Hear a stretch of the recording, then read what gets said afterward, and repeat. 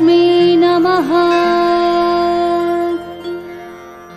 नाम्नां शास्त्रसहस्रं च ब्रूहि गार्ग्य महामते। महालक्ष्म्या महादेव्या भुक्तिमुक्त्यर्थसिद्धये। गार्ग्य उवाच सनत्कुमारमासीनं द्वादशादित्यसन्निभम् अप्रच्छन्योगिनो भक्त्या योगिनामर्थसिद्धये। सर्वलौकिककर्मभ्यो विमुक्तानां हिताय वै भुक्तिमुक्तिप्रदं जप्यम् अनुब्रूहि दयानिधे। सनत्कुमार भगवन् सर्वज्ञोऽसि विशेषतः आस्तिक्यसिद्धये नूनां क्षिप्रधर्मार्थसाधनम्। खिद्यन्ति मानवः सर्वे धनाभावेन केवलम् सिद्ध्यन्ति धनिनोऽन्यस्य नैव धर्मार्थकामनाः। दारिद्र्यध्वंसिनी नाम केन विद्या प्रकीर्तिता केन वा ब्रह्मविद्यापि केन मृत्युविनाशिनी। सर्वासां सारभूतैका विद्यानां केन कीर्तिता प्रत्यक्षसिद्धिदा ब्रह्मन् तामाचक्ष्वदयानिधे। साधु पृष्टं महाभागा सर्वलोकहितैषिणः महातामेष धर्मश्च ज्ञान्येषामिति मे मतिः। ब्रह्म विष्णु महादेव माहेन्द्रादिमहात्मभिः सम्प्रोक्तं कथयाम्याद्य लक्ष्मी नाम सहस्रकम्। यस्योच्चारणमात्रेण दारिद्र्योन्मुच्यते नरः किं पुनस्तज्जपाजापि सर्वेष्ठार्थानवाप्नुयात्। अस्य श्रीलक्ष्मी दिव्यसहस्रनाम स्तोत्र महामन्त्रस्य आनन्दकर्दमचिक्लीतेन्दिरासुतादयो महात्मानो महर्ष्यः अनुष्ठुप् छन्दः। विष्णुमाया शक्तिः महालक्ष्मी परा देवता। श्री महालक्ष्मी प्रसाद द्वारा सर्वेष्ठार्थ सिद्ध्यर्थे जपे विनियोगः। ध्यानम् पद्मनाभ प्रियां देवीं पद्माक्षीं पद्मवासिनीं पद्मवक्त्रां पद्महस्तां वन्दे पद्मामहर्निशम्। पूर्णेन्दुवदनां दिव्यरत्नाभरणभूषितां वरदाभयहस्ताढ्यां ध्यायेत् चन्द्रसहोदरीम्। इच्छारूपां भगवतः सच्चिदानन्दरूपिणीं सर्वज्ञां सर्वजननीं विष्णुवक्षस्थलालयां। दयालुमानिशं ध्यायेत् सुखसिद्धिस्वरूपिणीं नित्यागतानन्त नित्यानन्दिनी जनरञ्जिनी नित्यप्रकाशिनी चैव स्वप्रकाशा स्वरूपिणी। महालक्ष्मीर्महाकाली महाकन्या सरस्वती भोगवैभवसन्धात्री भक्तानुग्रहकारिणी। ईशावास्या महामाया महादेवी महेश्वरी ऋल्लेखा परमाशक्तिर्मात्रका बीजरूपिणी। नित्यानन्दा नित्यबोधानादिनी जनमोदिनी सत्यप्रत्ययनी चैव स्वप्रकाशात्मरूपिणी। त्रिपुरा भैरवी विद्या हंसा वागीश्वरी शिवा वाग्देवी च महारात्री कालरात्री स्त्रिलोचना भद्रकाली कराली च महाकाली तिलोत्तमा। काली करालवक्त्रान्ता कामाक्षी कामदा शुभा। चण्डिका चण्डरूपेशा चामुण्डा चक्रधारिणी। त्रैलोक्यजयनी देवी त्रैलोक्यविजयोत्तमा। सिद्धलक्ष्मी क्रियालक्ष्मी मोक्षलक्ष्मी प्रसादिनी। उमा भगवती दुर्गा चान्द्री दाक्षायणी शिवा। प्रत्यङ्गिराधरा वेला लोकमाता हरिप्रिया। पार्वती परमादेवी ब्रह्मविद्या प्रदायिनी अरूपा बहुरूपा च विरूपा विश्वरूपिणी पञ्चभूतात्मिका वाणी पञ्चभूतात्मिका परा कालिमा पञ्चिका वाग्मी हविप्रत्यधिदेवता देवमाता सुरेशाना देवगर्भाम्बिका धृतिः संख्या जाति क्रिया शक्ति प्रकृत्य मोहिनी मही यज्ञ विद्या महाविद्या गुह्य विद्या विभावरी ज्योतिष्मती महामाता सर्वमन्त्र फलप्रदा दारिद्र्यध्वंसिनी देवी हृदय ग्रन्थि भेदिनी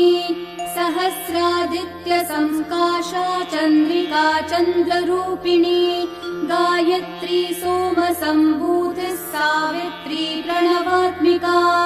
शाङ्करी वैष्णवी ब्राह्मी सर्वदेव नमस्कृता सेव्य दुर्गा कुबेराक्षी करवीर निवासिनी जया च विजया चैव जयन्ती चापराजिता कुब्जिका कालिका शास्त्री वीणा पुस्तकधारिणी सर्वज्ञ शक्ति श्री शक्तिर्ब्रह्म विष्णु शिवात्मिका ईढा पिङ्गलिका मध्या मृणाली तन्तुरूपिणी यज्ञेशानी प्रथा दीक्षा दक्षिणा सर्वमोहिनी अष्टाङ्गयोगिनी देवी निर्बीज ध्यान गोचरा सर्वतीर्थस्थिता शुद्धा सर्वपर्वतवासिनी वेदशास्त्र प्रभा देवी षाडङ्गादिपदक्रमा शिवा धात्री शुभानन्दा यज्ञकर्म स्वरूपिणी व्रतिनी मेनका देवी ब्रह्माणी ब्रह्मचारिणी एकाक्षर परा तारा भवबन्ध विनाशिनी विश्वम्भरा धारा निराधाराधिकस्वरा राकाकुहूरमावास्या पूर्णिमानुमतिर्द्युतिः सिनीवाली शिवा वास्या वैशवदेवी पिशङ्गिया पिप्पला च विशालाक्षी रक्षोग्नि वृष्टिकारिणी दुष्टविद्राविणी देवी सर्वोपद्रवनाशिनी शारदा शरसन्धाना सर्वशस्त्रस्वरूपिणी युद्धमध्यस्थिता देवी सर्वभूतप्रभज्जनी अयुद्धा युद्धरूपा च शान्ता शान्तिस्वरूपिणी गंगा सरस्वती वेणी यमुना नर्मदा पगा समुद्रवसनावासा ब्रह्माण्ड श्रोणि मेखला पञ्चवक्त्रा दशभुजा शुद्ध स्फटिक सन्निभा रक्ता कृष्णासितपिता सर्ववर्णा निरीश्वरी कालिका चक्रिका देवी सत्या तु वटुका स्थिता तरुणी वरुणी नारी ज्येष्ठा देवी सुरेश्वरी विश्वम्भरा धरा कर्त्री गलार्गला विभञ्जनी संध्या रात्रिर्दिवा ज्योत्स्ना कला काष्ठा निमेषिका पूर्वी कात्यायनी शुभ्रा संसारार्णवतारिणी कपिला कीलिका शोका मल्लिका नवमल्लिका देविका नन्दिका शान्ता भञ्जिका भयभञ्जिका कौशिकी वैदिकी देवी शौरी रूपाधिकातिभा दिग्वस्त्रा नववस्त्रा च कन्यका कमलोद्भवा श्री सौम्य लक्षणातीत दुर्गा सूत्र प्रबोधिका श्रद्धा मेधा विधि प्रज्ञा धारणा कान्तिरेव च श्रुतिस्मृतिर्तिरद्धन्या भूतिरिष्टिर्मनीषिणी विरक्तिर्व्यापिनी माया सर्वमाया प्रभञ्जनी महेन्द्री मन्त्रिणी सिंही चेन्द्रजालस्वरूपिणी अवस्थात्रय निर्मुक्ता गुणत्रय विवर्जिता ईषणात्रय निर्मुक्ता सर्वरोग विवर्जिता योगी ध्यानान्तगम्या च योग ध्यान परायणा त्रयी शिखा विशेषज्ञा वेदान्त ज्ञानरूपिणी भारती कमला भाषा पद्मा पद्मवती कृतिः गौतमी गोमती गौरी ईशानाहं सवाहिनी नारायणी प्रभाधारा जाह्नवी शङ्करात्मजा चित्रघण्टा सुनन्दाक्षी मानवी मनुसंभवा स्तम्भिनी क्षोभिनी मारी ब्राह्मिणी शत्रुमारिणी मोहिनी द्वेषिणी वीरा अघोरा रुद्ररूपिणी रुद्रैकादशिनी पुण्या कल्याणी लाभकारिणी देवदुर्गा महादुर्गा स्वप्नदुर्गाष्टभैरवी सूर्यचन्द्राग्निरूपा च ग्रहनक्षत्ररूपिणी बिन्दुनादकलातीता बिन्दुनादकलात्मिका दशवायुजयाकारा कला षोडश संयुता काश्यपी कमला देवी नादचक्रनिवासिनी मृडाधारा स्थिरा गुह्या देविका चक्ररूपिणी अविद्या शार्वरी भुञ्जा जम्भासुरनिबर्हिणी श्रीकाया श्रीकला शुभ्रा कर्म निर्मूलकारिणी आदिलक्ष्मी गुणाधारा पञ्चब्रह्मात्मिका परा श्रुतिर्ब्रह्ममुखावासा सर्वसम्पत्तिरूपिणी मृतसञ्जीवनी मैत्री कामिनी कामवर्जिता निर्वाणमार्गदा देवी हंसिनी काशिका क्षमा सपर्या गुणिनी भिन्ना निर्गुणा खण्डिता शुभा स्वामिनी वेदिनी शक्या शाम्बरी चक्रधारिणी दण्डिनी मुण्डिनी व्याघ्री शिखिनी सोमसंहतिः चिन्तामनिश्चितानन्दा पञ्चबाणाग्रबोधिनी बाणश्रेणी सहस्राक्षी सहस्रभुजपादुका सन्ध्यावलिस्त्रिसन्ध्याभ्या ब्रह्माण्डमणिभूषणा वासवी वारुणी सेना कुलिका मन्त्ररञ्जनी जितप्राणस्वरूपा च कान्ता काम्यवरप्रदा मन्त्रब्राह्मण विद्यार्थी नादरूपाः विश्मती आथर्वणि श्रुतिशून्या कल्पनावर्जिता सती सत्ता जाति प्रमामेया प्रमिति प्राणदा गतिः अवर्णा पञ्चवर्णा च सर्वदा भुवनेश्वरी त्रैलोक्यमोहिनी विद्या सर्वभर्तृक्षराक्षरा हिरण्यवर्णा हरिणी सर्वोपद्रवनाशिनी कैवल्यपदवी रेखा सूर्यमण्डल संस्थिता सोममण्डल मध्यस्था वह्निमण्डल संस्थिता वायुमण्डल मध्यस्था व्योममण्डल संस्थिता चक्रिका चक्र मध्यस्था चक्रमार्ग प्रवर्तिनी कोकिलाकुल चक्रेशा पक्षती पंक्ति पावनी सर्वसिद्धान्त मार्गस्था षड्वर्णावरवर्जिता शररुद्रहरा हन्त्री सर्वसंहारकारिणी पुरुषा पौरुषी तुष्टिः सर्वतन्त्र प्रसूतिका अर्धनारीश्वरी देवी सर्वविद्या प्रदायिनी भार्गवी भूजुषी विद्या सर्वोपनिषदा स्थिता व्योमकेशाखिल प्राणा पञ्चकोश विलक्षणा पञ्चकोशात्मिका प्रत्यक् पञ्चब्रह्मात्मिका शिवा जगज्जला जनित्री च पञ्चकर्म प्रसूतिका वाग्देव्याभरणाकारा सर्वकाम्यस्थिता स्थितिः अष्टादश चतुष्षष्टि पीठिका विद्यया युता कालिका कर्षणश्यामा यक्षिणी किन्नरेश्वरी केतकी मल्लिका शोका वाराही धरणी ध्रुवा नारसिंही महोघ्रास्या भक्तानामार्तिनाशिनी अन्तर्बला स्थिरा लक्ष्मी जरामरणनाशिनी श्रीरञ्जिता महाकाया सोमसूर्याग्निलोचना अदितिर्देवमाता च अष्टपुत्राष्टयोगिनी अष्टप्रकृति अष्टाष्ट बिभ्राजद्विकृतिकृतः दुर्भिक्षध्वंसिनी देवी सीता सत्या च रुक्मिणी ख्यातिजा भार्गवी देवी देवयोनिस्तपस्विनी शाकम्भरी महाशोणा गरुडोपरि संस्थिता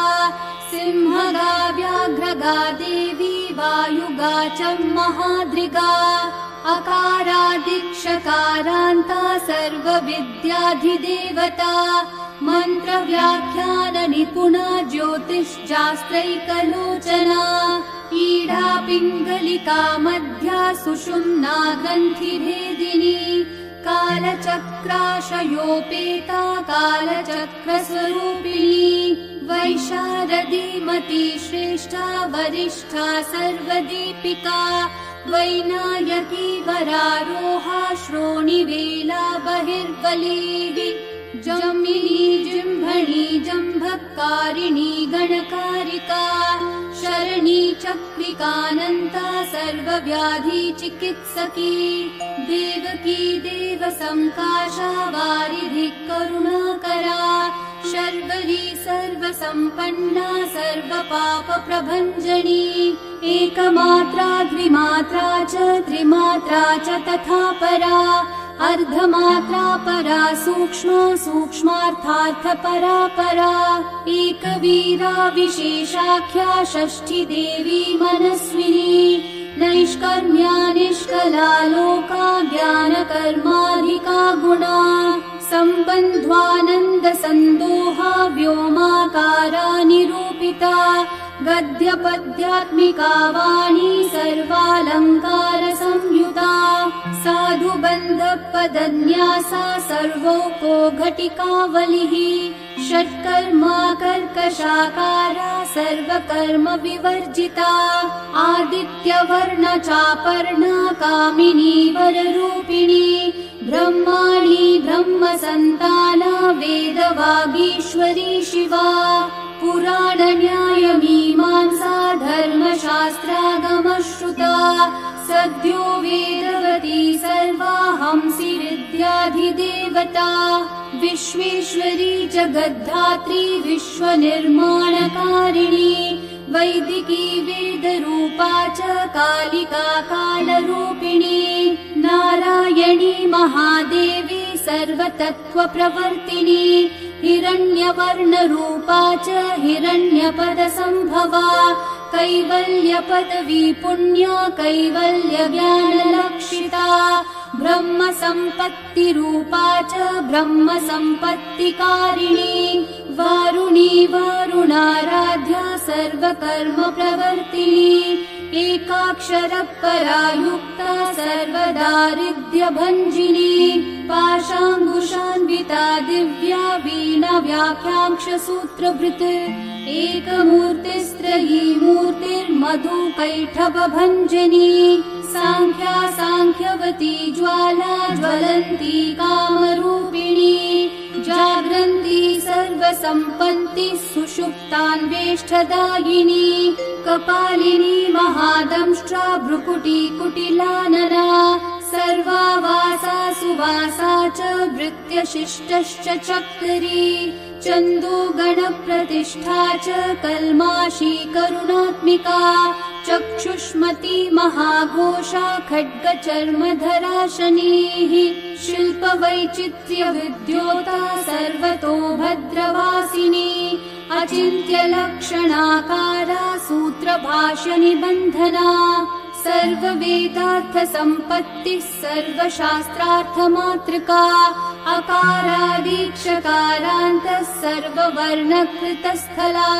सर्वलक्ष्मी सदानन्दा सारविद्या सदाशिवा सर्वज्ञा सर्वशक्तिश्च खेचरी रूपगोचरिता अणिमादिगुणोपेता पराकाष्ठा परागतिः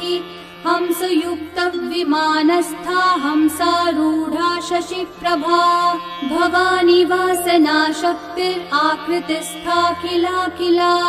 तन्त्रहेतुर्विचित्राङ्गी व्योम गंगा विनोदिनी वर्षा च वर्षिकी चैव गुह्यजुस्सामरूपिणी महानदी नदी पुण्या गण्या पुण्यगुणक्रिया समाधिगतलभ्यार्था श्रोतव्या स्वप्रिया घृणा नामाक्षरपरा देवी उपसर्गनखाञ्चिता निपातोरुद्वयी जङ्घा मातृका मन्त्ररूपिणी आशीना च शयाना च तिष्ठन्ती धावनाधिका लक्ष्यलक्षणयोगाढ्या ताद्रूप्य गणनाकृतिः सैकरूपा सेन्दुरूपा तदाकृतिः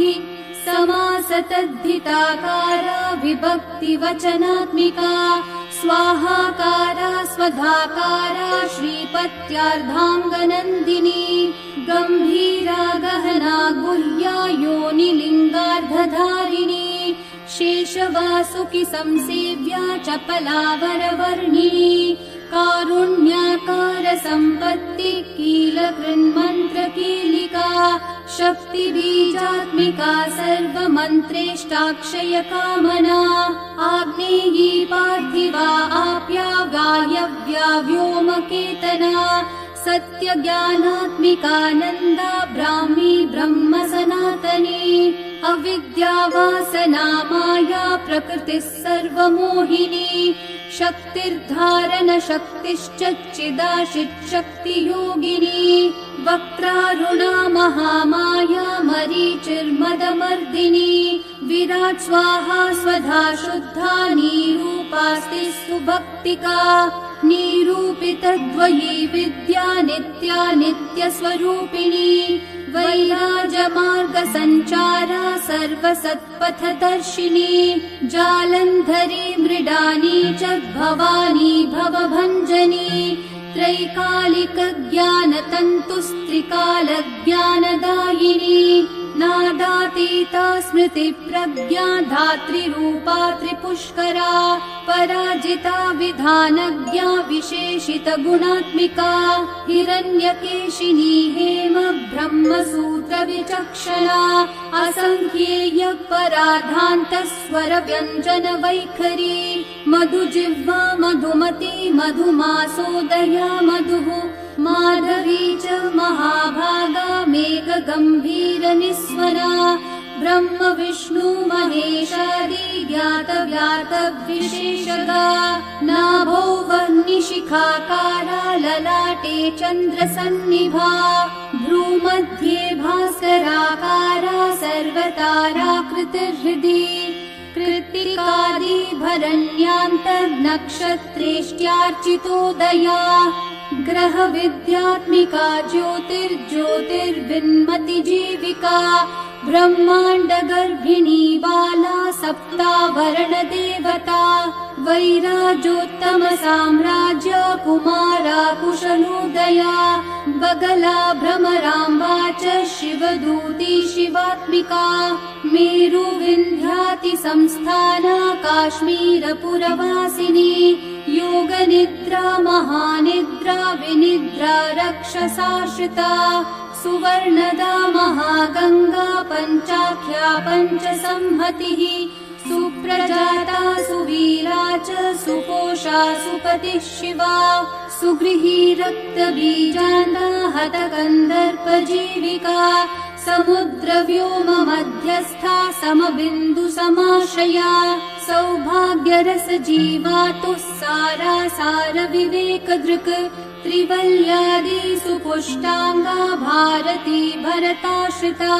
नाद ब्रह्मं मयि विद्या ज्ञान ब्रह्मं मयि परा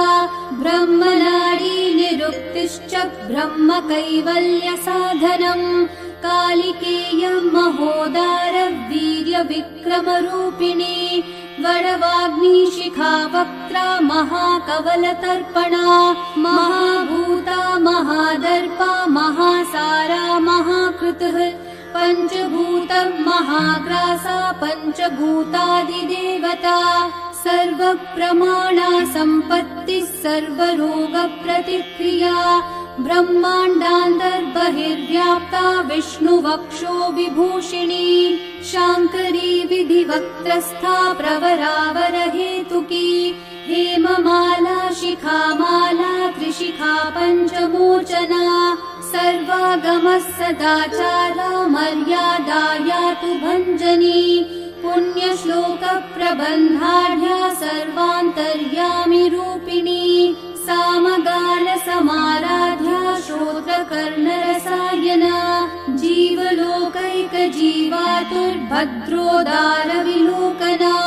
कलिकोटिलसत्कान्तितरुणी हरिसुन्दरी मीननेत्रा च सेन्द्राक्षी विशालाक्षी सुमङ्गला सर्वमङ्गलसम्पन्ना साक्षान्मङ्गलदेवता देहहृद्दीपिका दीप्तिर्जिह्वा पापप्रणाशिनी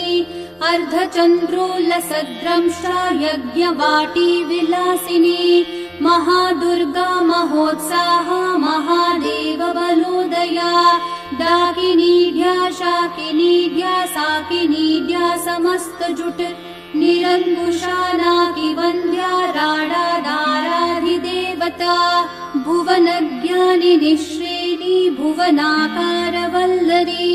शाश्वती शाश्वताकारा लोकानुग्रहकारिणी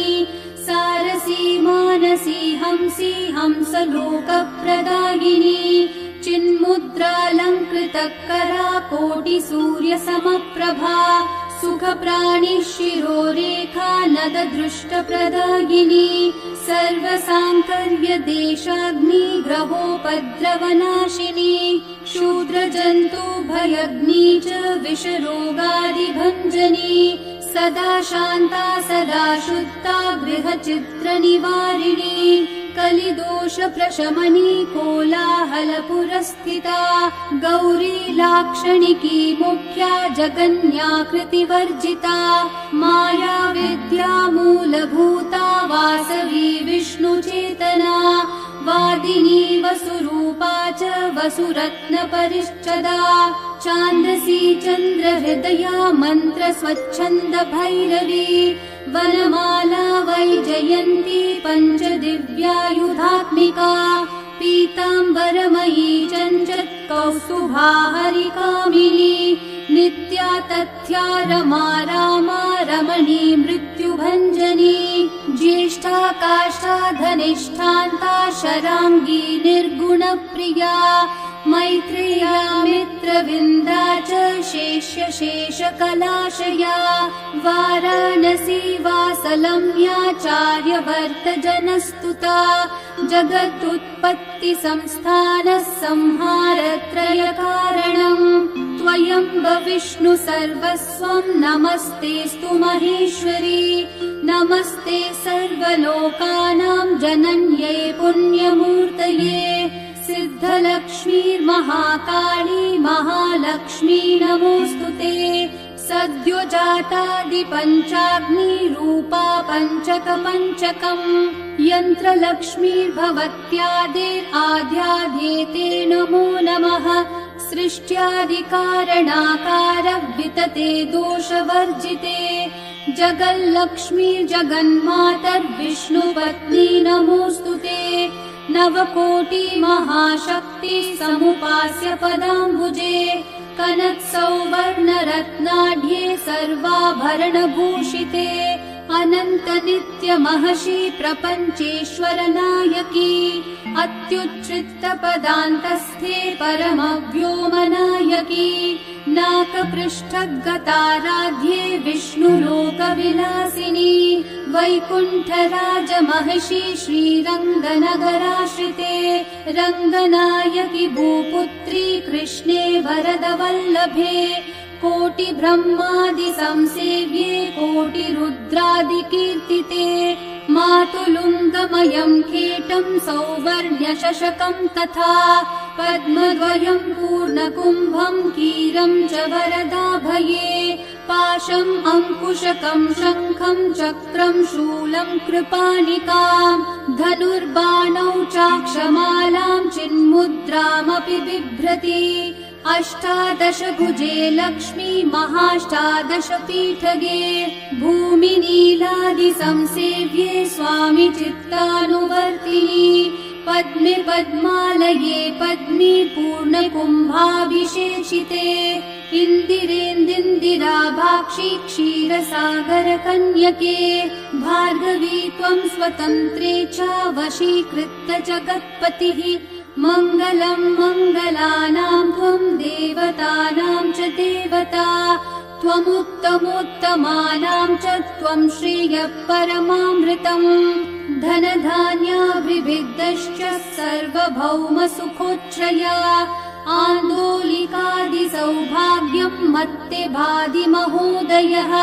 पुत्रपौत्राभिवृद्धिश्च विद्याभोगबलादिकम् आयुरारोग्यसम्पत्तिरष्टैश्वर्यम् त्वमेव हि परमेश विभूतिश्च सूक्ष्मात् सूक्ष्मतरा गतिः सदयापाङ्गसन्दत्त ब्रह्मेन्द्रान्दिपदस्थितिः अव्याहतम् महाभाग्यम् त्वमेवाक्षोभ्यविक्रमः समन्वयश्च वेदानामविरोधस्त्वमेव हि निःश्रेयसपदप्राप्ति साधनम् फलमेव च श्रीमन्त्रराजराज्ञी च श्रीविद्याक्षेमकारिणी श्रीं बीजजपसन्तुष्टा ऐह्रीं श्रीं बीजपालिका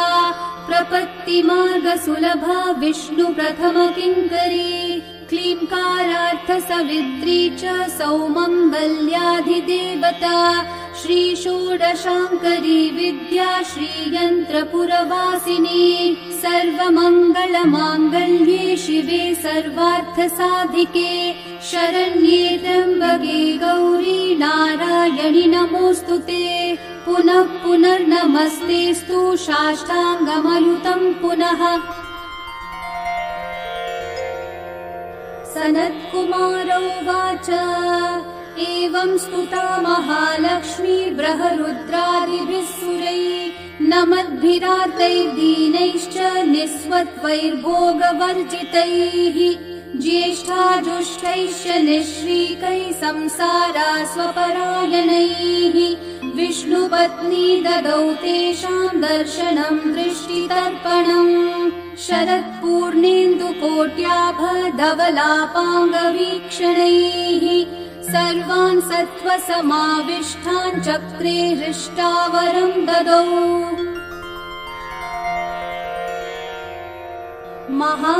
महालक्ष्मीरोवाच